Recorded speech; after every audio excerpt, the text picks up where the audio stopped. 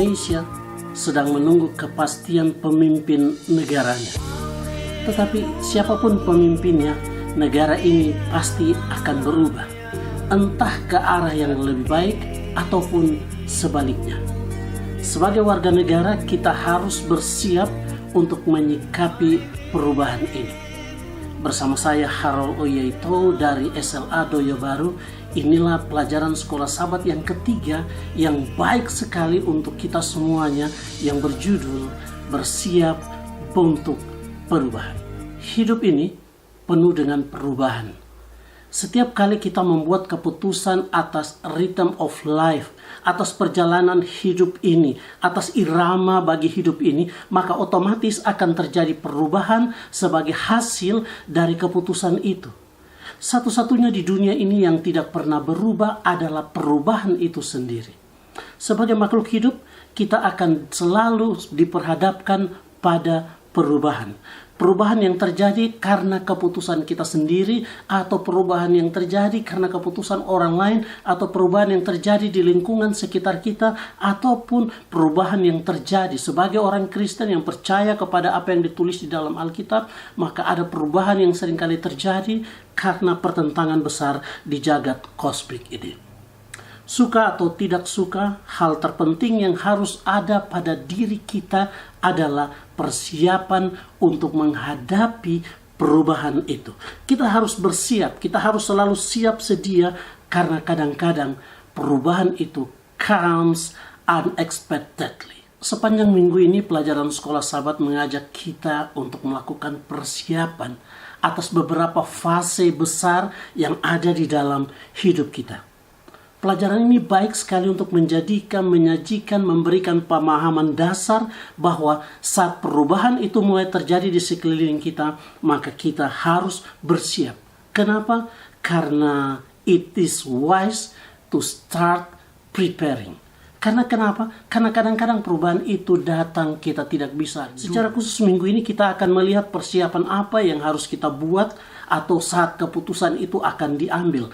Kita akan buat itu saat kita memasuki beberapa fase besar, diantaranya adalah pernikahan, mengurus anak, atau perubahan menuju usia lanjut, bahkan kematian. Inilah fase-fase dalam season of life, dalam season kehidupan kita, yang benar-benar harus dipahami oleh anak-anak Tuhan, sehingga ketika mulai terasa perubahan itu, maka kita tidak lagi kaku atau kita tidak lagi kaget dan mulai mempersalahkan satu dengan yang lainnya.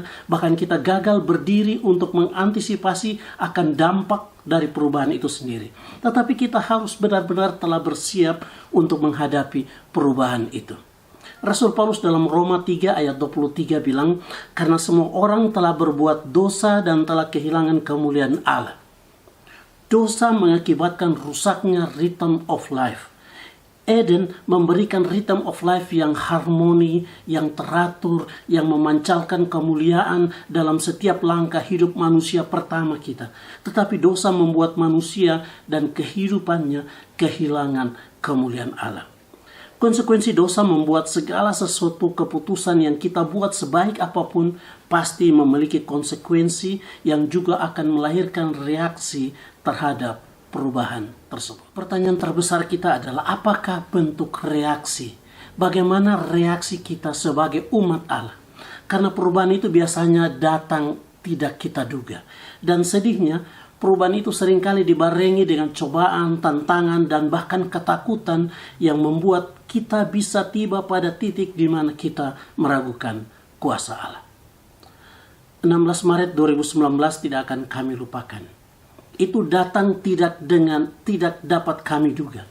Situasi berjalan dengan normal waktu itu. Global Youth Day di SLA Doyo Baru berlangsung selama 2 hari. Semuanya berjalan dengan baik.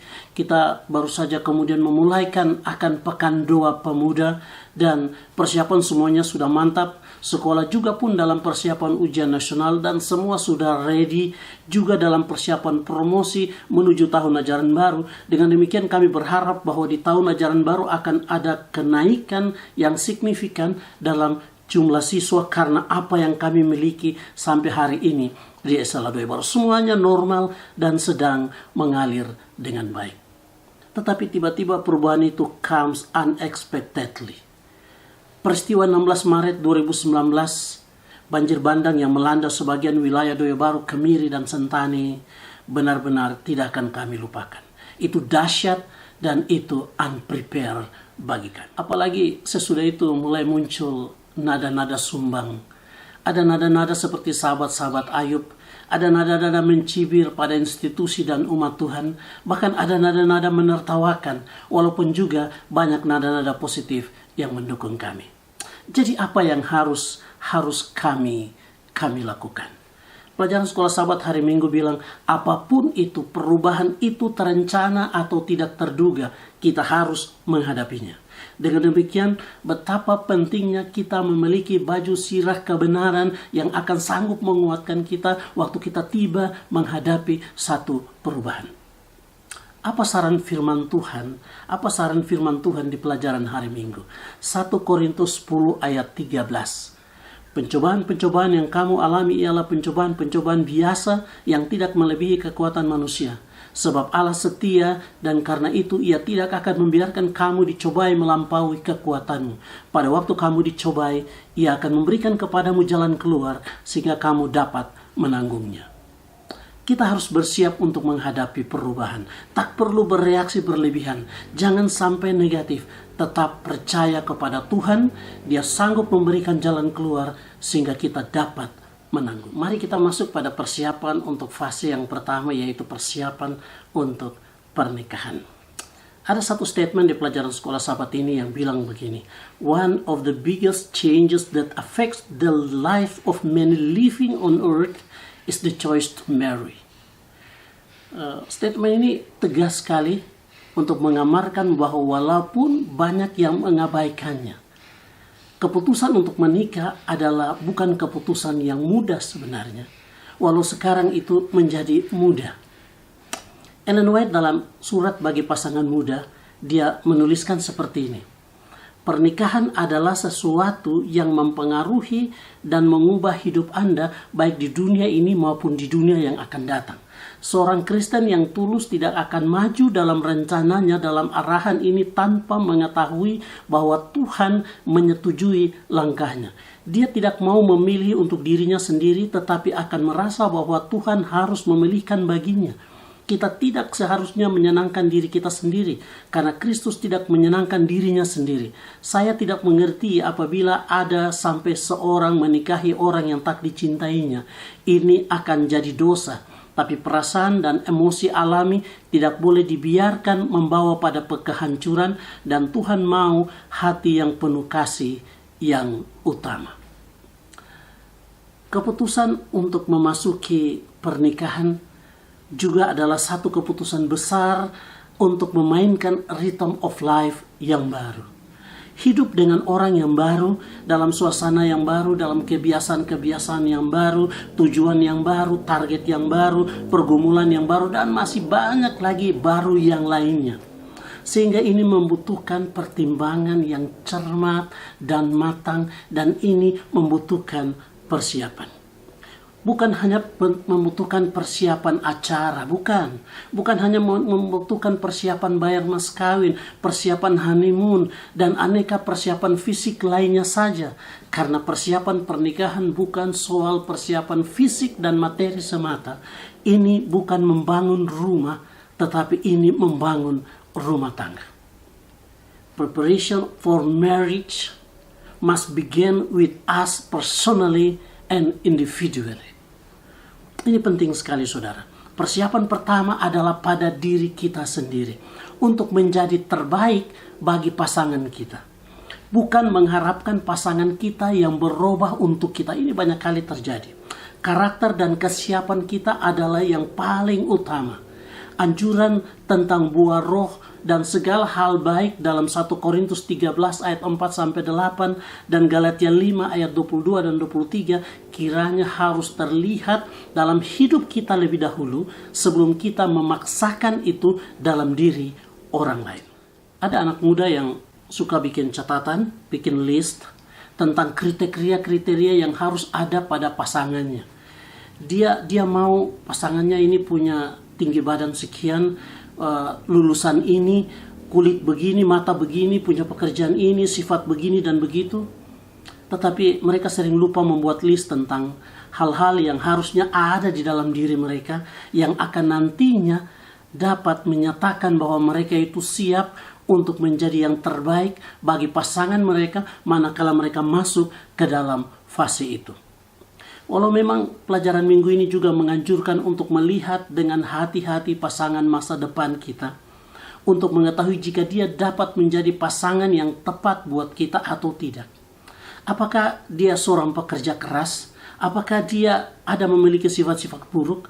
Bagaimanakah perasaan keluarga saya mengenai calon pasangan saya? Atau apakah saya dapat mengandalkan iman atau hanya berdasarkan pada perasaan saya saja saat memilih pasangan hidup ini? Jawaban dari pertanyaan ini dapat menjadi persiapan. Jawaban dari pertanyaan ini dapat menjadi list bagi persiapan untuk mendapatkan kebahagiaan di masa depan, ataukah nantinya kita akan mendapatkan penderitaan seumur hidup. Persiapan untuk perubahan itu penting, tetapi persiapan diri itu lebih penting. Karena menikah bukan untuk kebutuhan fisik semata. Menikah bukan pekerjaan, sehingga kalau kita bosan kita bisa ganti, sehingga kalau terpuas bisa ganti, dan kalau baku marah bisa ganti, apalagi kalau terada anak laki-laki kita bisa ganti. Dan untuk itu kita butuh persiapan. Saya suka beberapa kutipan Ellen White untuk persiapan kita masuk pada fase pernikahan, yang sering saya bagikan kepada orang-orang muda saat mereka datang bertanya apa yang harus dipersiapkan untuk masuk di sana. Salah satu yang saya paling favorit adalah kutipan ini. Jika pria dan wanita punya kebiasaan berdoa 2 kali sehari sebelum mereka memikirkan untuk menikah, mereka harus berdoa 4 kali sehari saat langkah semacam itu mau diambil. Pernikahan adalah sesuatu yang akan mempengaruhi dan mengubah hidup Anda baik di dunia ini maupun di dunia yang akan datang. Seorang Kristen yang tulus tidak akan melanjutkan rencananya tanpa mengetahui Tuhan menyetujui tindakannya. Kutipan yang kedua, kalau ada subjek yang harus dipikirkan dengan pemikiran yang tenang dan penilaian tanpa mengandalkan hasrat, itu adalah masalah pernikahan. Saat yang penting di mana Alkitab diperlukan sebagai penasihat adalah sebelum mengambil sebuah langkah yang akan mengikat orang bersatu untuk satu kehidupan. Dan kutipan yang ketiga yang saya suka adalah dicetuskan oleh Tuhan, pernikahan ialah ketetapan kudus dan tidak seharusnya dimasuki dengan roh keegoisan dan kesembronoan. Mereka yang memikirkan langkah itu seharusnya dengan serius dan penuh doa merenungkan kepentingannya dan mencari nasihat ilahi sehingga mereka dapat tahu apakah mereka berjalan selaras dengan kehendak Tuhan. Ingat, salah satu keputusan terbesar di dalam hidup untuk yang akan kita masuki adalah keputusan untuk memasuki fase pernikahan. Untuk itu preparation for marriage itu harus dilakukan dengan tuntunan Tuhan. Karena hari ini lembaga pernikahan itu sangat gencar diserang oleh setan selain hari Sabat. Untuk itu fondasi persiapan membutuhkan perhatian yang cermat dan benar. Persiapan yang kedua dalam pelajaran minggu ini adalah persiapan untuk menjadi orang tua. Kalau kita mau tanya jujur kepada banyak pasangan, maka mereka akan katakan dengan jujur bahwa kehadiran seorang anak di dalam kehidupan rumah tangga mereka itu banyak sekali membawa perubahan. Dengan demikian kesiapan untuk menjadi orang tua itu harus dipikirkan sebenarnya lebih dahulu sebelum mereka memiliki anak. Memang banyak pasangan yang begitu mudah mendapatkan anak sehingga mereka harus mengatur dengan baik untuk menjaga jarak kelahiran. Tetapi pasangan yang lain malah berusaha sudah dengan berbagai macam cara tetapi belum mendapatkan apa yang mereka inginkan. Apapun itu, pelajaran sekolah sahabat minggu ini mengingatkan bahwa anak-anak itu bukan handphone. Anak-anak itu bukan alat elektronik yang datang lengkap dengan buku panduan untuk dapat memelihara dan mengoperasikannya termasuk jika ada trouble sejak penggunaan pertama, dan tentunya ada garansi serta pergantian spare part manakala anak-anak itu rusak atau bahkan tinggal install ulang atau bawa ke toko untuk minta tukar tambah. No, anak-anak kita itu bukan boneka salju elektronik. Untuk itu, sama seperti persiapan pernikahan, maka persiapan untuk menjadi orang tua itu juga amat penting. Karena anak itu bukan program yang dapat di-download, sehingga waktu kita tidak suka, kita tinggal install ulang, kita tinggal hapus, lalu kita install program yang baru. Tidak. Persiapan itu penting. Bukan hanya persiapan fisik, bukan hanya persiapan kamar bayi, bukan hanya persiapan baju bayi dan babysitter dan lain sebagainya, tapi persiapan fisik, mental, emosi, dan sosial dari ibu yang mengandung dan ayah yang mendampingi saat anak itu mulai dibentuk di dalam rahim ibu itu adalah hal yang paling utama. Ada contoh-contoh cerita Alkitab yang simple tentang bagaimana persiapan yang harus dimiliki oleh sepasang kekasih ketika mereka berencana untuk memiliki anak. Contoh ini, Hana, dia berdoa dan Tuhan memberikan kepadanya anak. Untuk mendapatkan seorang anak, Hana berdoa dan Tuhan memberikan seorang anak kepada ibu yang punya habit suka berdoa, bukan hanya suka online saja atau berdoa di media sosial saja. Manoah juga dan istrinya diminta Tuhan untuk jangan menyentuh minuman keras, jangan menyentuh anggur atau minuman yang memabukkan, dan jangan makan barang-barang yang haram, barang-barang yang salah sejak anak itu ada di dalam kandungan ibunya sampai nanti pada hari matinya, karena anak itu akan menjadi seorang nasir bagi Allah. Juga Zakaria dan Elizabeth yang terus hidup di hadapan Allah sampai Tuhan memberikan mereka anak. Dan anak itu penuh dengan Roh Kudus, kata Alkitab, anak itu penuh dengan Roh Kudus sejak dalam kandungan Elizabeth. Pernahkah kita berpikir untuk memperkenalkan dan mengizinkan Roh Kudus menuntun anak kita sejak di dalam kandungan? Ini sungguh satu cerita yang luar biasa. Persiapan mendidik anak itu dilakukan bukan saat anak-anak itu lahir, tetapi sebelum anak-anak itu lahir sudah harus disiapkan untuk menyanggupkan mereka menghadapi perubahan radikal. Malah manakala kehamilan itu terjadi, ada perubahan emosional yang terjadi dalam diri ibu yang juga turut mempengaruhi seisi rumah dan juga bahkan bisa mempengaruhi akan kehidupan rumah tangga ini. Dan itu harus dipersiapkan. Anak ini harus dipersiapkan sejak kandungannya sehingga ketika anak itu lahir, dia akan siap menang dalam peperangan melawan kejahatan seumur hidupnya. Saya coba dapat satu kutipan Ellen White hari ini. Sebelum menambah anggota keluarganya, setiap pasangan harus mempertimbangkan apakah Allah akan dipermuliakan atau dihinakan oleh mereka dengan mendatangkan anak-anak itu ke bumi ini. Mereka harus berusaha memuliakan Allah oleh perkawinan mereka sejak dari permulaan dan sepanjang tahun-tahun dalam hidup mereka sebagai suami istri. Jadi persiapan untuk menjadi orang tua itu penting. Jangan sampai kita cetak-cetak anak baru Allah dipermalukan karena kita tidak bisa mendidik, merawat, membesarkan, bahkan menjaminkan masa depan yang baik bagi anak-anak kita di dunia ini dan di sorga nanti. Oh ya, satu lagi kutipan di Sekolah Sahabat yang bagus sekali bagi kita adalah, kalau sebelum anaknya lahir, ini Nyonya White punya kutipan, kalau sebelum anaknya lahir, ibu telah memanjakan diri, kalau ia bersikap mementingkan diri sendiri, kurang sabar dan rewel, sifat-sifat ini akan terbawa ke dalam tingkah laku anak itu, dan dengan demikian, banyak anak telah menerima hak asasi kecenderungan kepada kejahatan yang tak terelakkan. Ellen White dalam buku seri Membina Keluarga jilid 1 halaman 240.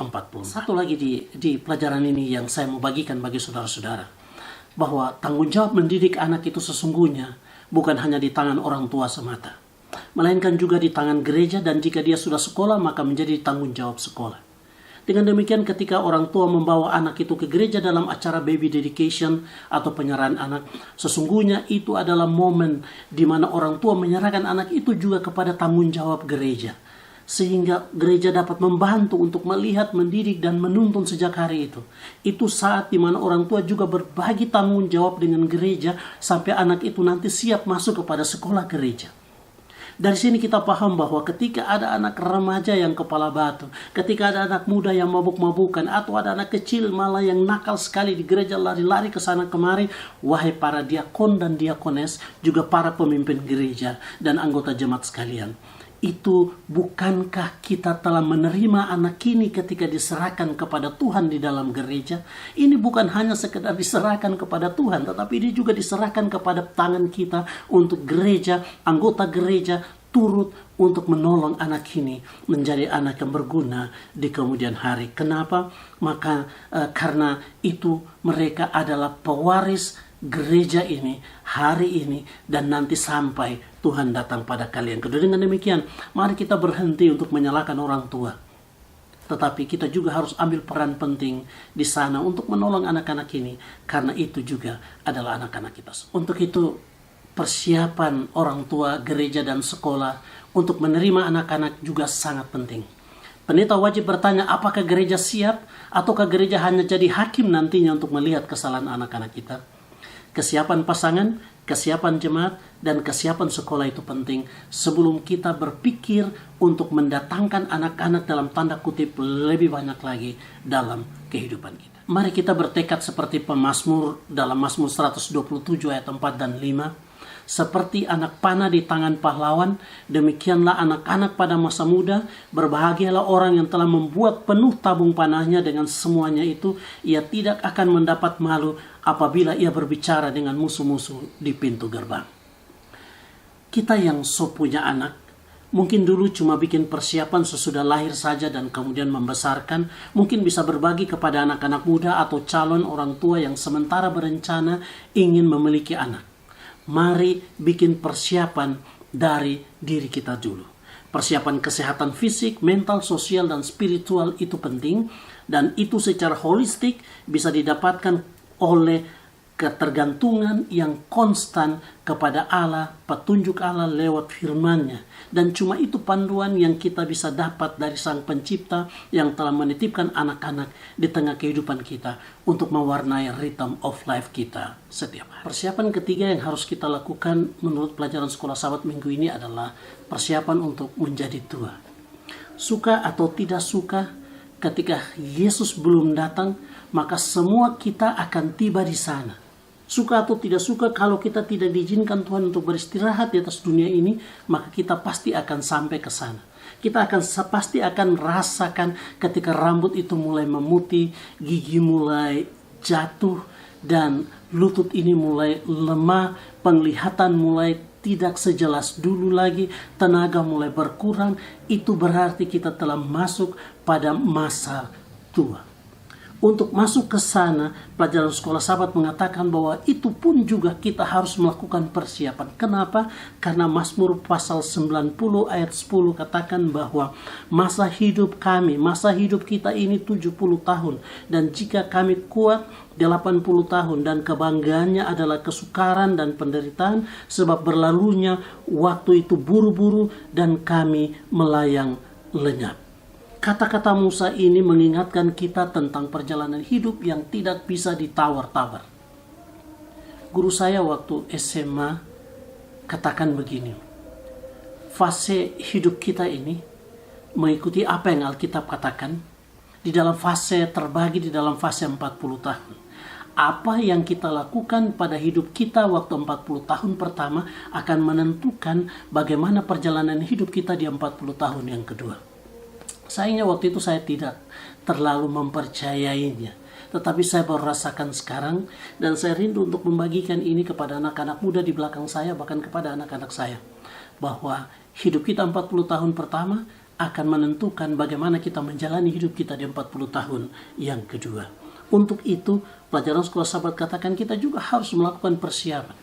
Selain kita melakukan persiapan untuk pernikahan, kita melakukan persiapan untuk memiliki anak, menjadi orang tua, kita juga harus bersiap manakala anak-anak kita nanti akan keluar dari rumah kita, mereka akan menikah dan mempunyai anak sendiri, dan kita mulai hidup dalam usia tua. Ada banyak orang tua yang tidak siap. Tetapi kita bersyukur karena pelajaran sekolah sahabat memberikan tahu kepada kita bahwa kita juga harus melakukan persiapan. Ada beberapa hal yang dicatat dalam pelajaran kita pada bagian ini Yang pertama di dalam Mazmur pasal 71 dia katakan bahwa kita harus mulai sekarang untuk masuk ke sana. Kita waktu usia muda, ketika kita sudah berkeluarga, kita harus mengembangkan sikap hubungan yang dalam. Kita juga harus punya pengetahuan pribadi tentang Allah, yaitu untuk mempelajari lewat firman Tuhan, mencari tahu bahwa Allah adalah tempat perlindungan, Allah adalah sumber kehidupan, Allah adalah penyedia kebahagiaan, sehingga waktu kita tiba di masa tua nanti, tidak ada yang dapat menggoyahkan iman kita. Sehingga waktu kita tiba di masa tua nanti, ketika banyak anak-anak muda, ketika banyak keluarga yang datang memberi nasihat kepada kita, dengan dasar firman Tuhan yang kita miliki, kita dapat memberikan nasihat yang baik kepada orang-orang muda, baik dalam kehidupan keluarga, di masyarakat, di gereja, maupun di mana saja. Hal yang kedua adalah kita harus mengembangkan kebiasaan yang baik. Nutrisi yang baik waktu masih muda, gerak badan yang cukup, sinar matahari, istirahat, makanan, dan lain sebagainya akan menolong kita untuk menikmati hari tua itu dengan baik. Kalau pada masih muda, pada waktu masa usia muda, kita menghancurkan tubuh kita, tidak hidup dengan baik, tidak hidup dengan normal di 40 tahun pertama yang saya katakan tadi, maka kita akan kesulitan waktu kita masuki 40 tahun kedua, bahkan pada masa tua nanti.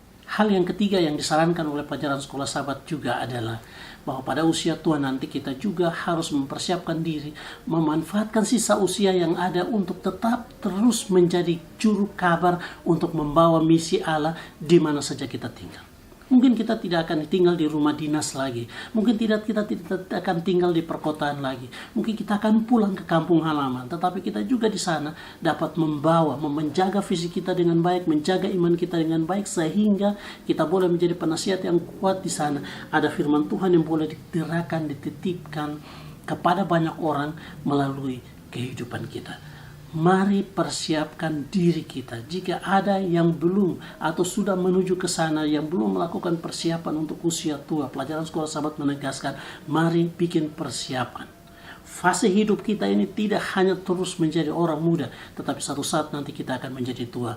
Mari bikin persiapan untuk masuk ke sana. Salah satu bagian yang paling menyedihkan pada 16 Maret 2019 adalah ketika bencana itu datang mendadak, kerugian banyak sekali, termasuk kerugian nyawa.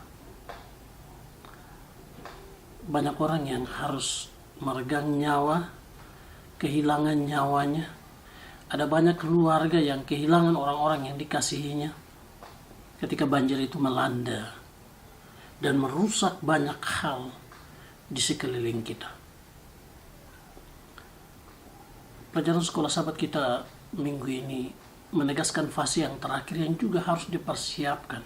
Sebagai orang yang percaya kepada Tuhan adalah persiapan untuk menghadapi kematian. Saya melihat dalam pelajaran ini bahwa persiapan itu harus dilakukan di dalam diri dan juga kepada orang-orang yang ada di sekeliling kita. Dengan menyadari bahwa jikalau kita hidup di atas dunia yang berdosa ini, siapapun kita pasti akan mengalami kematian kecuali diizinkan oleh Tuhan untuk hidup sampai melihat kedatangan Tuhan yang kedua kali.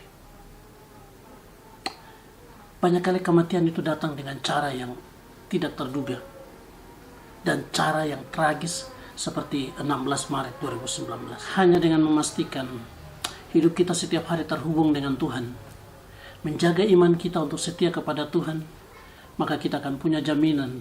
Kita akan punya jaminan untuk hidup nanti di balik kematian.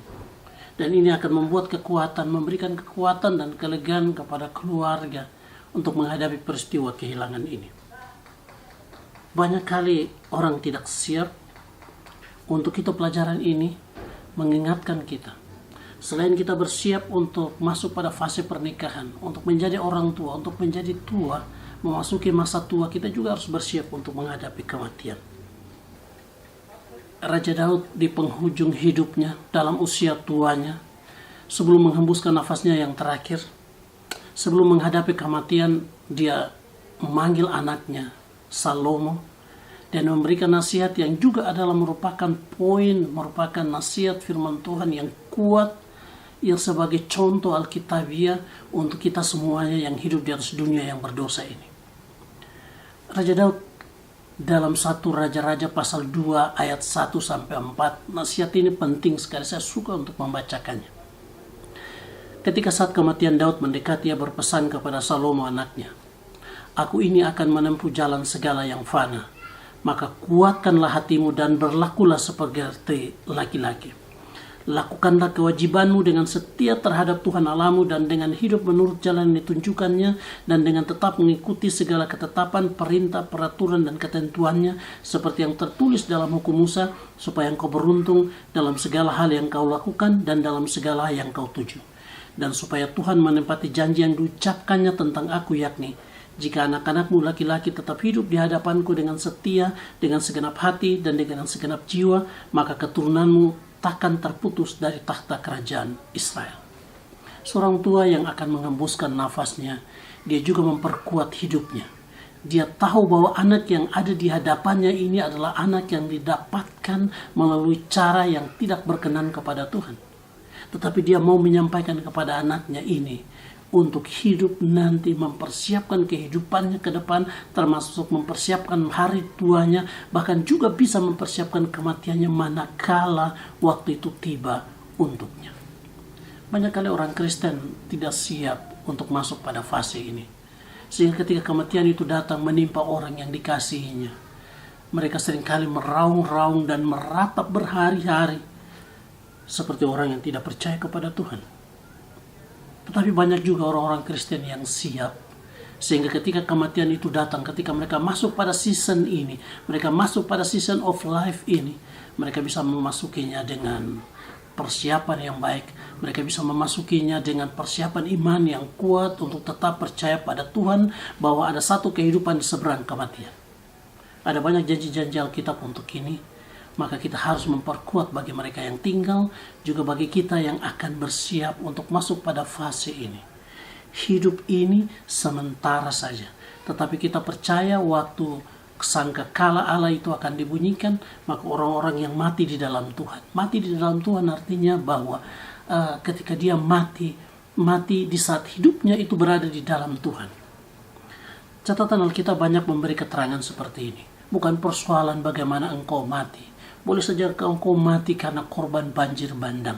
Ada juga yang mati karena ditabrak. Ada yang mati karena dijamret. Ada yang mati karena sakit.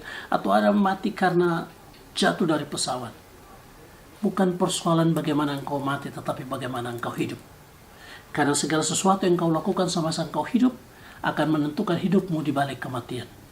Kematian itu sesungguhnya, kata Alkitab, hanya beristirahat sementara. Inilah yang harus kita tegaskan, harus kita siapkan, sehingga waktu kematian itu tiba, sesungguhnya kematian itu adalah kabar baik, adalah pertolongan yang surga berikan, agar supaya dosa penderitaan ini tidak berlangsung berlama-lama. Saudaraku sekalian, demikianlah pelajaran ini. Di dalam season of life ini, keputusan kita setiap hari, kita akan terus berhadapan dengan perubahan-perubahan. Ada beberapa sesi, ada beberapa fase hidup yang sudah kita pelajari, yaitu perubahan yang terjadi ketika kita masuk pada fase pernikahan. Kita harus membuat persiapan yang matang untuk masuk ke sana. Ketika kita juga ingin mempunyai anak di dalam kehidupan kita, ketika kita ingin menjadi orang tua, kita juga harus membuat persiapan yang baik. Ketika kita akan masuk, tidak hanya sampai pada memiliki anak, saudara, tapi waktu kita juga ingin masuk nanti tiba pada masa tua, kita juga harus mempersiapkannya. Bahkan nanti waktu kita masuk pada fase yang terakhir, yaitu fase kematian. Allah di sorga yang mengizinkan kita hidup sementara di dunia ini, kiranya akan menyanggupkan saya dan saudara. Fase apapun yang sementara engkau jalani ataupun yang akan engkau masuki, berjalanlah dengan Tuhan. Biarkan Tuhan menolong engkau untuk membuat persiapan agar kau dapat melaluinya. Nama Tuhan akan dimuliakan lewat hidupmu. Hidupmu akan memuliakan Tuhan, bahkan menjalaninya dengan baik apapun fasenya, sampai nanti Tuhan datang membawa kita, memulihkan kita kembali pada fase, pada rhythm of life yang indah yang pernah ada di Eden, tatkala Eden itu akan dipulihkan kembali. Amin.